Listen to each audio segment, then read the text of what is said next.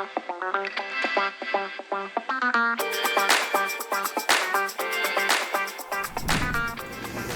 welcome you all to this wonderful session at Boroi.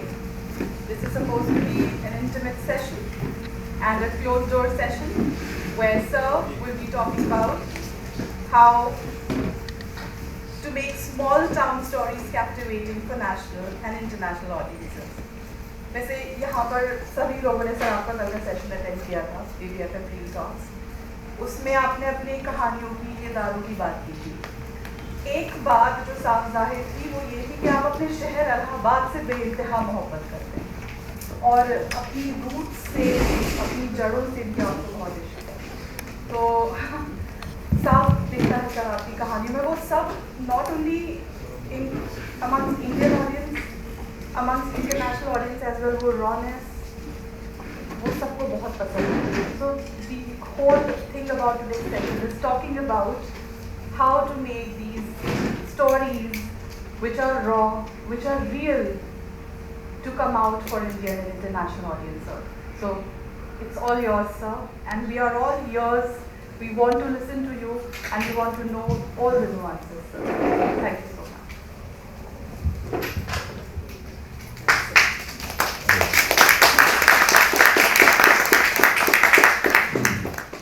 Thank you for having me. Young crowd को address करने में बड़ा डर बहुत लगता है. टॉकिंग अबाउट स्मॉल टाउन सी बहुत सिंपल है. मैं थोड़ा बोलूँगा उसके बाद आपको सवाल बोलिए. तो इट्स ऑल अबाउट डिटेलिंग. जैसे जैसे आप किसी बड़े शहर में जाते हैं, मुंबई हो गया, दिल्ली हो गया, बेंगलोर हो गया, वहाँ पे बहुत ज़्यादा डिटेलिंग नहीं है, कॉम्प्लेक्सिटी नहीं है. वहाँ पे सिर्फ अमीर गरीब है और लोग ज़्यादातर उन बड़े शहरों में लोग काम करने के लिए जाते हैं. वो घर नहीं होता है, वो ऑफिस होता है. मैं भी बम्बई में 93 से ऑफिस ही में रह रहा हूँ, मेरा घर नहीं है. इन शहरों में कोई कॉम्प्लेक्सिटी नहीं है. अगर आप वहाँ रहेंगे और सोचेंगे मैं राइटर बन जाऊँ या कुछ करेंगे, तो आपको कुछ वहाँ पे बम्बई की थोड़ी बहुत स्ट्रगल की कहानी मानी है. ऐसा नहीं कि नहीं है. लेकिन जैसे आप स्मॉल टाउन में रहते हैं तो आप बहुत सारी चीज़ों को एक्सपीरियंस करते हैं. वो आपके नाम से ही शुरू हो जाती है. आपका नाम क्या है, आप किस जात के हो, इसमें आपको या तो फायदा होता है या तो झेलना पड़ता है कुछ ना कुछ. बम्बई में कोई नहीं पूछता जात क्या है. तो एक तो ये इससे आपको जूझना पड़ता है. मतलब ये आपके पर्सनालिटी का हिस्सा होती है आपकी जात. ये है हिंदुस्तान क्या किएगा उसका. फिर यहाँ पे आप जब अपने ही शहर में जहाँ होते हैं स्मॉल टाउन में, जैसे मैं कल भी कहा था कि बम्बई आने की ज़रूरत नहीं. इसी जगह में रह के अब टेक्नोलॉजी इतनी आप आगे बढ़ चुकी है. You can just stay at home and pursue your passion and profession. तो यहाँ पे आपके दोस्त होते हैं, बचपन के दोस्त होते हैं. और लड़कों के लिए तो मैं ख़ास तौर से बोलता हूँ, लड़कों के लिए दोस्त ही उनका मायका होते हैं. तो बम्बई में जब चले आते हैं आप, तो आपके दोस्त नहीं होते, आपके कुलीग्स होते हैं. आप अपने प्रोफेशन के मुताबिक लोगों से मिलते हैं. आपका एक दायरा बढ़ता है जान पहचान का. उसमें से कुछ ऐसे जो करीबी एक आध हो जाते हैं, लेकिन वहाँ पे ना कोई दोस्त है ना कोई दुश्मन है. सब मौका परस्त लोग हैं वहाँ. आप खुद मौका परस्त बन जाएंगे वहाँ जाके. तो अपने शहर में जब आप रहते हैं तो आपके रिश्तेदार, आपके घर वाले, आपके दोस्त, आपकी जात, आपका कल्चर, आपके त्योहार, आप सब उन चीज़ों से जुड़े रहते हैं. वहाँ बाहर जाते ही बड़े शहर में ये सब चीज़ें खो जाती हैं. फिर आप वहीं रहते हैं, फिर आपके रिश्ते होते हैं, आप शादी करते हैं, आप अपना घर बसा लेते हैं बम्बई शहर में, और वो सारे 30 त्योहार सब भूल जाते हैं. कोई रिश्तेदार गलती से बम्बई आया तो वो कहते हैं अरे कब जाएगा ये. ऐसा हो जाता है. You become your job. जो आप काम करते हैं आप वैसे हो जाते हैं. आप देख कभी इस बात को समझना. एक डॉक्टर होगा, एक इंजीनियर होगा, वो इश्क अपने खास अंदाज में करेगा. आप आर्टिस्ट हैं, आप इश्क करोगे तो आपका अंदाज अलग होगा. तो आप अपना काम हो जाते हो. ऐसा नहीं होना चाहिए ना. क्योंकि ये तो आपका काम है, तो हमारा काम है फिल्म बनाना, बिकॉज ये प्रोफेशन है, इससे हमारा घर भी चलता है, बच्चों की एजुकेशन, ज़िंदगी में जो सब लोग करते हैं ये भी हमारा काम है। इंटरेस्टिंग चीज़ ये है कि हम ये काम करना चाहते हैं। बहुत लोग तो 9 to 5 जॉब करते हैं, ज़िंदगी भर खींचते रहते हैं क्या काम कर दिया, अब करना कुछ और चाहते थे। तो आप लोग हम लोग खुशकिस्मत है कि वही काम कर रहे हैं, हमारा प्रोफेशन जो हम चाहते हैं। तो इसके अलावा, आपके काम के अलावा आप किन चीज़ों में इंटरेस्टेड हो, वो चीज़ें तभी आप डेवलप कर पाएंगे, because an interested person can only become an interesting person. अगर आप किसी चीज़ में इंटरेस्टेड हो गए, चाहे कुकिंग हो, जैसे मुझे भी खाना बनाना बहुत पसंद है, तो मैं खाने के ऊपर बात कर सकता हूँ apart from film making, no. और कई लोगों को पसंद है खाना बनाना, तो हम लोग को फिल्म के दायरे से बाहर जाके अपने आप दोस्ती बढ़ा सकते हैं। तो किसी चीज़ में इंटरेस्टेड होना पड़ेगा, चाहे वो पढ़ना तो चाहिए, अगर आपके प्रोफेशन का हिस्सा है, लेकिन ट्रैवल करना, वाइल्ड लाइफ, एनवायरनमेंट, पॉलिटिक्स, ये सारी चीज़ें जिसमें आपको इंटरेस्टेड होना पड़ेगा, ये आपके काम में रिफ्लेक्ट करेगा। तो मुझे लगता है स्मॉल टाउन में हम और डिटेलिंग एक ऐसी चीज़ है फिल्म मेकिंग में कि अगर आप कोई चाइनीज़ पिक्चर देखते हो, आपका उस देश से कोई लेना देना नहीं, एक्सेप्ट कि हम भी चाइनीज़ खाना खाते हैं, उसके अलावा कोई लेना देना नहीं। लेकिन अगर उस पिक्चर में डिटेलिंग होगी ना, वो भी अपने किसी स्मॉल टाउन की दादी की कहानी बता रही होगी या किसी की भी, आप कनेक्ट कर जाओगे हिंदुस्तान के किसी या दुनिया के किसी भी हिस्से में बैठकर, बिकॉज वो डिटेलिंग स्मॉल टाउन की है। बड़े शहरों में डिटेलिंग है नहीं, है तो बहुत सतही लेवल पे। एक ही पिक्चर मुझको याद आती है जो कि बहुत अच्छी दिल चाहता है, वो अर्बन एक माहौल की कहानी थी, लेकिन उसमें बहुत अच्छी डिटेलिंग है। अपार्ट फ्रॉम दैट मुझको कोई भी ऐसी शहरी फिल्म याद नहीं आती जिसमें उस तरह की डिटेलिंग है। तो स्मॉल टाउन हमको बहुत सारी चीज़ें देता है, और इवेंचुअली हम बम्बई जाते हैं और वो सारे एक्सपीरियंस, वो सारा सब कुछ जो हमारा बैकग्राउंड है, स्ट्रॉन्ग जो हमारी ज़मीन है, वो धीरे धीरे खोदी चली जाती है और हम भूल जाते हैं उसको। और फिर हम एक नई जनरेशन उस बड़े शहर में पैदा करते हैं जिसका आपके आसाम से, मेरे इलाका से कोई मतलब नहीं। तो इसलिए स्मॉल टाउन में ही रहिए, यही की कहानियाँ कहती है। सर, लैंग्वेज कितना इम्पोर्टेंट रोल प्ले करती है? बिकॉज मुझे याद है कि मैं कैलकाटा में रहती थी और मेरा होम टाउन अलीगढ़ है। मैं कैलकाटा से अलीगढ़ पहुंची, मैं ट्रेन से उतरी और जब मैं घर जा रही थी रिक्शे में बैठ के, तो 2 फ्रेंड्स आपस में बात करते हुए साइकिल चलाते हुए जा रहे थे, और जो वो सेंटेंसेस बोल रहे थे उसके बीच में जो उन्होंने गालियाँ दी, तब मुझे लगा हाँ मैं अपने शहर में आई हूँ। तो सर, लैंग्वेज कितनी इम्पोर्टेंट है उस जगह? गालियाँ तो अभी मैं किसी और इवेंट में गया था, गालियों पर ही बात हुई थी। गालियाँ तो भाईचारा बढ़ाती हैं और क्या है। तो यारी दोस्ती वाली बात है। मैंने गाली दी, और फिर ये मतलब गाली देने का तरीका क्या होता है, मतलब अंदाज होता है गाली देने का।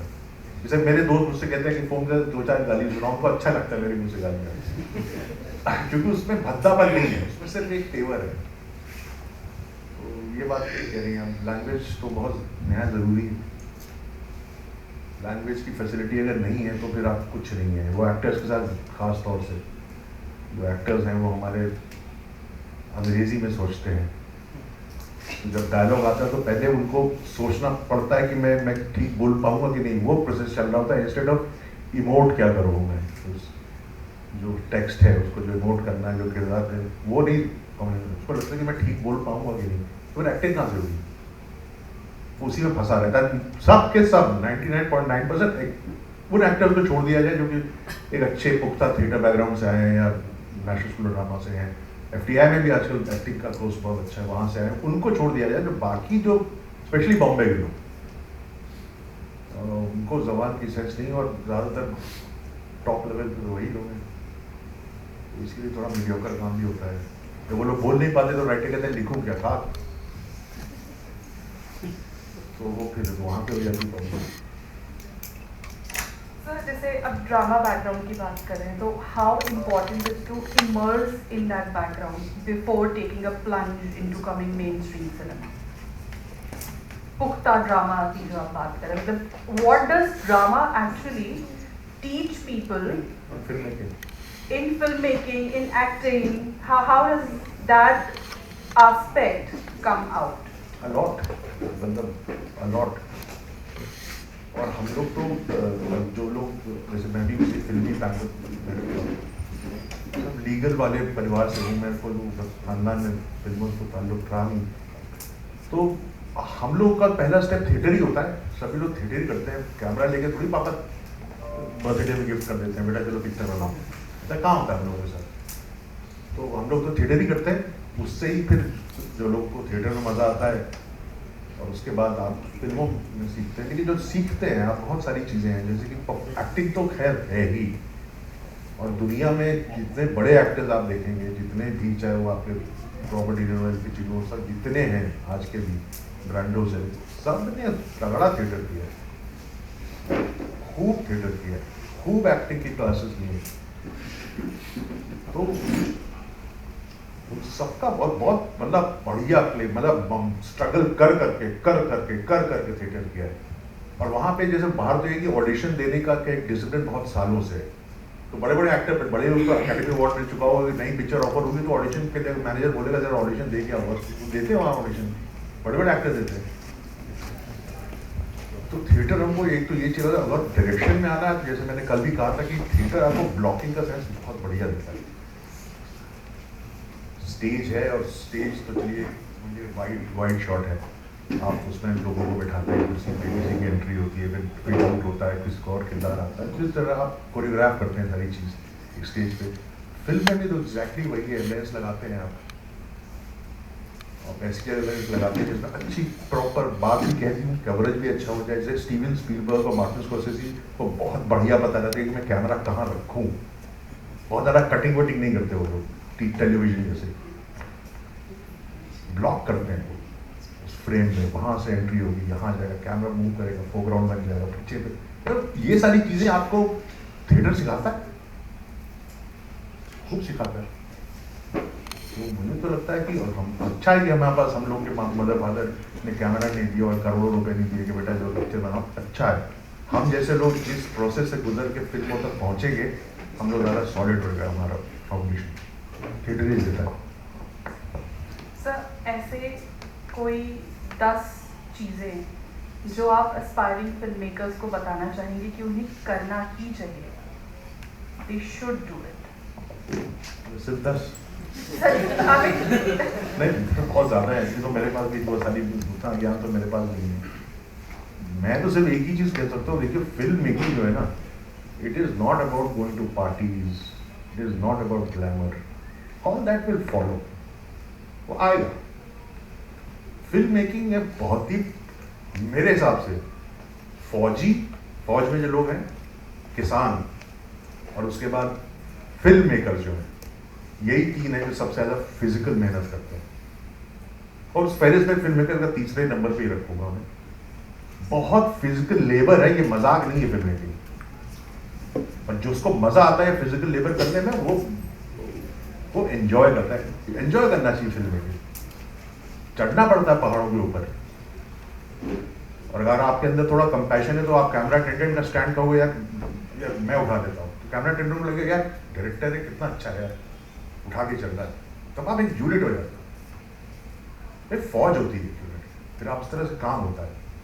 तो एक तो ये है कि फिजिकली आपको बहुत मेहनत का काम है ये, बहुत ज़्यादा, वो तो है ही, दैट इज, वो तो बिना उसके हो ही नहीं सकता। अनटिल आपको बहुत ही ज़्यादा ग्लैमरस स्टूडियो में ग्रीन करके शूट करने हैं, उस तरह का करना है तो ठीक है, फिर मॉनिटर के ऊपर बैठा है डायरेक्टर, ऐसे हाथ में रख के अरे इधर हो जाओ, वो सब करना नहीं चाहिए। कभी टैरेंटिनो तो कभी मॉनिटर देखते नहीं हो, तो कैमरा के साथ बगल में एक्टर को देखते रहता आज भी। दूसरी चीज़ है कि पहली पिक्चर बनाने के लिए, जैसे मैंने कहा, उसमें तो कूदना पड़ेगा आपको, तो कूदने के लिए तैयार रहो, डरो मत, कि ये मत देखो, कंडीशन मत हो, कोई रूल मत फॉलो करो कि ऐसा करूंगा तो लोग क्या कहेंगे, वो सब नहीं। और एक्टर्स के लिए खास तौर से घबराओ मत। जैसे रॉबर्ट डी नीरो ने कहा है कि अबाउट एक्टर्स, बहुत अच्छी बात बोली है कि actors whenever they go for an audition, they should just follow their heart and do it. You might not get the role, but you will be noticed. For some other time, ये कहेंगे इस role के लिए ठीक नहीं कर, लेकिन साला कुछ कर रहा था, खेल कर रहा था, ये कुछ ये है इसके अंदर एक्टर के, आपकी नजर, आप नजरों में आ जाते, तो डरो मत। जितना भी हमारे, देखो क्या होता है, कंडीशनिंग एक सोसाइटी आपकी कर देता है, पैदा होते ही आपके मदर फादर आपको बोलते हैं बेटा ऐसे, ये अच्छी बात है, ये बुरी बात है, यहाँ मत जाओ, ये खराब है, वहाँ मत जाओ, फिर आप स्कूल में आते हो, टीचर्स आपको एक वैल्यू सिस्टम में बांधते हैं, तो जो ठीक है, एक सिविल सोसाइटी में रहने के लिए ज़रूरत है इन चीज़ों की, लेकिन जितना आप बेशरम होगे ना उतना अच्छा है। आर्टिस्ट को तो बेशरम होना ही पड़ेगा। देखिए, सबसे अच्छा एक्टर होता है जानवर। अगर मुझको एक बंदर के सामने बैठा दीजिए आप, तो मैं उसको, और सच बता रहा हूँ, धंधे की कसम, मैं उसको सुबह से लेकर शाम तक उस बंदर को बैठ के देख सकता हूँ, वो इतना इंटरेस्टिंग है देखना, कुछ भी करेगा वो अपना। दूसरे बच्चों में क्यों कोई कंडीशनिंग नहीं होती, वो प्राइम मिनिस्टर की गोद में बैठ के उनकी गाड़ी हिला देंगे, उनको क्या मालूम कौन है। तीसरे बूढ़े लोग 75-80 के जब हो जाते हैं तो उनकी भी कंडीशनिंग खत्म हो जाती है, उनको लगता है जी ली जिंदगी आप कैसी तैसी। बहुत अच्छे एक्टर होते हैं बूढ़े लोग, नॉन एक्टर स्पेशली, इन तीनों में की कंडीशनिंग नहीं है। हम जो एज है हम लोगों की 15, 16, 17 के बाद से लेके 50, 55, 60 तक, हम लोग एक कंडीशन हमारी पर्सनैलिटी में आती है। आर्टिस्ट में बिल्कुल नहीं होनी चाहिए और एक्टर में तो बिल्कुल भी नहीं होनी चाहिए। ये इससे ज़्यादा मैं नहीं बोलता। सर, जैसे एक्टर की बात करें तो जब आप किसी एक्टर को अपनी स्क्रिप्ट के लिए चूज करते हैं तो आई एम श्योर ज़रूरी नहीं है कि हर दफ़ा एक ही नाम होता हो। क्या होता है ऐसा, वो एक स्पार्क जो हिट करता है कि यही है? कास्टिंग फिजिकली ठीक करेक्ट होना चाहिए। आपने जो किरदार लिखा है तो क्योंकि मैं खुद लिखता हूँ अपनी सारी फिल्में, तो मेरा जुड़ाव बन जाता है, पर्सनल हो जाता है। ऐसा नहीं किसी और की स्क्रिप्ट पे मुझे काम करना है, तो सब कुछ मेरे अंदर से ही आया हुआ होता है। मेरा किरदार फिजिकली परफेक्ट होना चाहिए, भले वो फिर एक्टर 19-20 मुझे को कम चलेगा, मुझे थोड़ा कम एक्टर लेकिन physically correct for the role होना चाहिए। क्योंकि फिल्म एक ऐसी चीज़ है ना, आप एक्टिंग संभाल लेते हैं। थिएटर नहीं है, थिएटर में होता है एक्टर एकदम नेकेड, वो होता है ऑडियंस होती है, कोई टेक बैक नहीं होता उसमें, दूसरा टेक, तीसरा टेक, एंगल कुछ नहीं। तो थिएटर इसलिए एक्टर का मीडियम है, प्योरली एक्टर का मीडियम है, फिल्म डायरेक्टर का मीडियम है। तो मैं खराब एक्टिंग को भी एडिटिंग के थ्रू, बैकग्राउंड स्कोर के थ्रू, किसी और कट से मैं ठीक कर सकता हूँ। तो कास्टिंग में इसलिए मेरे को फिजिकली एकदम परफेक्ट होना चाहिए। कोई ये नहीं कि यार वो रोल कैसा था, कास्ट किसको कर दिया है, उसका सोशल स्टेटस कैरेक्टर का क्या है, उसकी ज़बान कैसी है, उसकी ज़ात क्या है, उसके हिसाब से फिजिकली कास्ट करते हैं। वो तो मैं यही मानना है। ऑडिशंस की बात करें तो आपने कहा एकदम बेशरम हो जाना चाहिए, लेकिन कई बार क्या होता है बहुत मायूस हो जाते हैं ऑडिशंस जब सक्सेसफुल नहीं होते। I am sure there are many aspiring actors also here, तो उस चीज़ को किस तरह से, मतलब how should they socialise with friends, should they come back home for some time, should they just digress, distract themselves from the current mental state, because it's a question that a lot of people have. एक तो actors, देखिए ये हमारा जो area है जहाँ technical छोड़ दीजिए, cameraman, editor, sound recorders, VFX वाले, ये तो टेक्निकल चीज़ें हैं, इसके तो टेक्निकल जानकारी है। जो बाकी जो लोग हैं, राइटर, डायरेक्टर, एक्टर, ये तो अनस्किल्ड लेबर है। कोई उठ कर कहेगा मैं एक्टर हूँ भाई, देखने में अच्छा, मम्मी ने इतना प्यारा है मेरा बेटा, बस उस दिन से एक्टर हो गए, जिम चले गए, थोड़ा बना ली बॉडी लोडिंग, एक्टर हो गए। अब ऐसों के लिए तो मेरे पास कोई जवाब नहीं, जो मुगालसे में रहते हैं, गलत फहमी में जिंदगी टिक जाते हैं, उनके लिए मैं क्या कर सकता हूँ। लेकिन जो सीरियस हैं अपने काम को लेकर, तो वो पहले तो उनकी संगति ठीक होगी।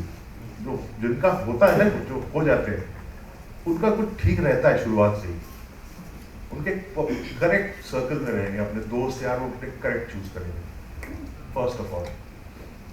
भले वो इतने ज़्यादा इंटेलेक्चुअली इंक्लाइंड ना हो, लेकिन फिर भी उनके दोस्त जो होंगे वो अपने दोस्त करेक्ट चूज करेंगे।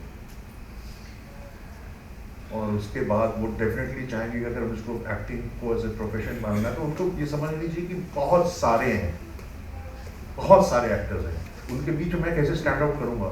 तो मुझे अपनी skills, you have to hone your skills and you must go to an institute और get a good teacher. But पता नहीं कौन है इस वक्त एक्टिंग का, मैं तो थिएटर से बहुत दूर हो चुका हूँ। लेकिन जैसे कि हम लोग जब ड्रामा स्कूल में थे तो NSD में हम लोग पढ़ते थे, तो इंस्टीट्यूट था, इंस्टीट्यूट के बाहर जो पान की दुकान और मंडी हाउस का पूरा जो माहौल था, वहाँ पे एक ग्रुप बना जिसका नाम था एक्ट 1। NK शर्मा ने उसको स्टार्ट किया और उसमें NSD के थोड़ा पास आउट जैसे पीयूष मिश्रा, आशीष विद्यार्थी, गजराज, सुजीत सरकार डायरेक्टर, और भी बहुत सारे लोग, मनोज वाजपेयी NSD में नहीं था, वो थिएटर करता था। और इस एक्ट 1 ने, अब उनको सबको एक अच्छा गुरु मिला है NK शर्मा, उसने मोटिवेट किया। और उन एक्ट 1 के जो भी एक्ट 1 से जुड़े लोग, वो NSD के लड़कों से मतलब कहीं आगे ही थे, या तो ऐसा किसी को गुरु मिल जाए। पर NK ने बहुत लोगों को एक्टर को बनाया है, मतलब उसका बहुत कंट्रीब्यूशन था। ऐसा कोई टीचर मिल जाए, हमारे NSD में रोबिंदा थे, वो ये उड़ीसा के थे, वो बहुत ही brilliant designer, very good motivator. तो आप लोग को अपने अच्छे दोस्त, अपना एरिया चूज करना पड़ेगा एक्टरों को, ताकि मैं स्टैंड आउट कैसे करूँ। तो यही चीज़ें हैं मुझे लगता है। और थिएटर करना चाहिए, मतलब ये नहीं कि मैं कल मुझको कोई ग्रुप मिलेगा वो मुझे एक्टिंग देगा, नहीं। Find your own way to do, to perform, to express yourself. आपके बदन को, आपकी जुबान को, आपके दिमाग को एक एक्सरसाइज चाहिए। एक्टर ही होता है जो सारा एक्सरसाइज नहीं करता है। एक क्लासिकल डांसर होता है वो रोज अपना रियाज करेगा, क्लासिकल सिंगर होगा वो अपना रोज सुबह तानपुरा लेके या जो भी अपना रियाज करेगा। करते ना लोग एक्टर क्या रियाज करता है एक्टर? कुछ नहीं, दिन भर इसी में लगा रहेगा, देखेगा, 4 बार छुट्टे मारेगा, शाम को एक पिक्चर देख लेगा, हो या काम। ऐसे नहीं होता है। रियाज करने के लिए आपको थिएटर करना पड़ेगा, चाहे वो सोलो परफॉर्मेंस हो, कुछ भी हो, करो, डू इट। Right sir. और ऐसी एक चीज जो भी इस फील्ड में है उसको नहीं करनी चाहिए, कोई एक ऐसी चीज that you learn from your film industry journey which you would suggest that people should avoid. जो मैं बोलने वाला हूँ, जो आपके सवाल का जवाब, वो सिर्फ फिल्म मेकिंग से रिलेटेड नहीं है।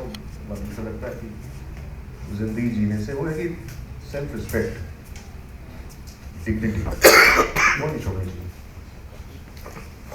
छिछोरा नहीं होना, कुछ भी कर लूँगा। मैंने जब पहली फिल्म बनाई, उसके बाद मैंने दूसरी फिल्म बनाई, वो बिल्कुल नहीं चली, लेकिन वो मुझको बहुत पसंद है। उसका नाम है चरस, और यशराज उसको डिस्ट्रीब्यूट कर रहे थे।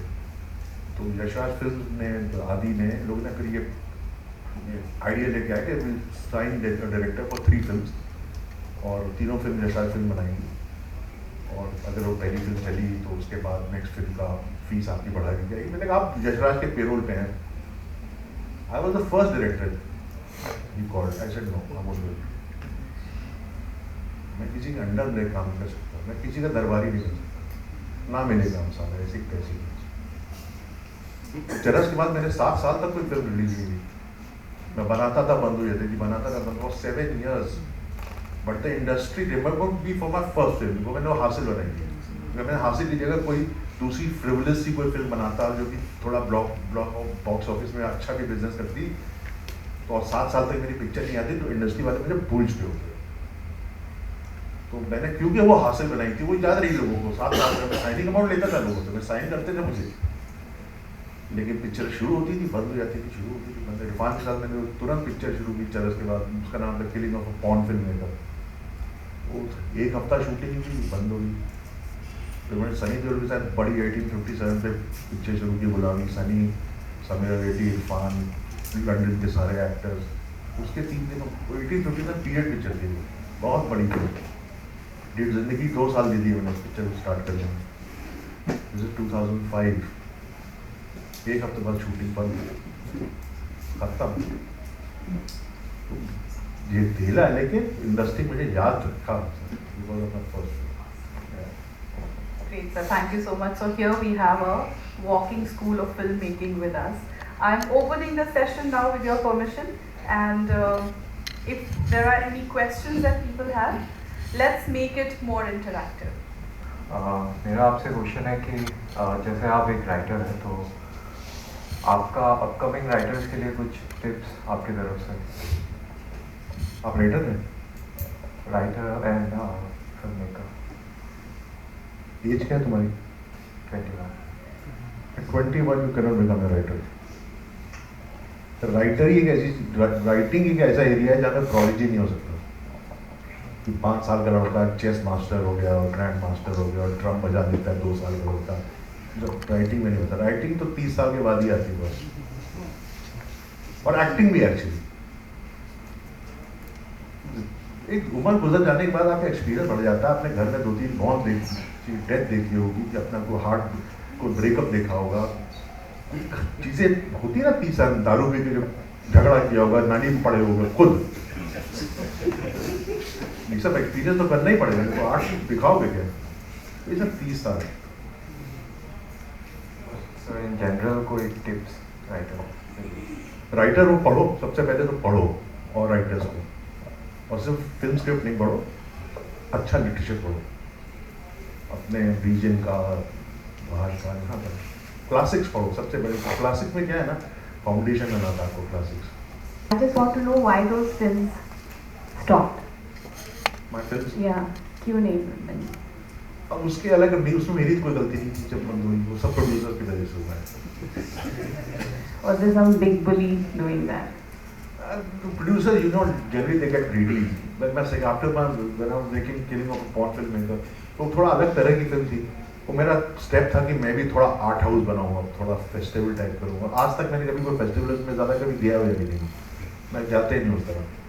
तो और वो पिक्चर की स्क्रिप्ट लिखी गई, बहुत अच्छी इंटरेस्टिंग फिल्म थी, बहुत ही बढ़िया स्क्रिप्ट थी वो, इरफान था उसमें। तो प्रोड्यूसर को जो पैसा उसने मार्केट से उठाया था, उसको लगा कि ये तो थोड़ा आर्टी है, मैं एक और थोड़ी सी कमर्शियल जैसी पिक्चर बना देता हूँ।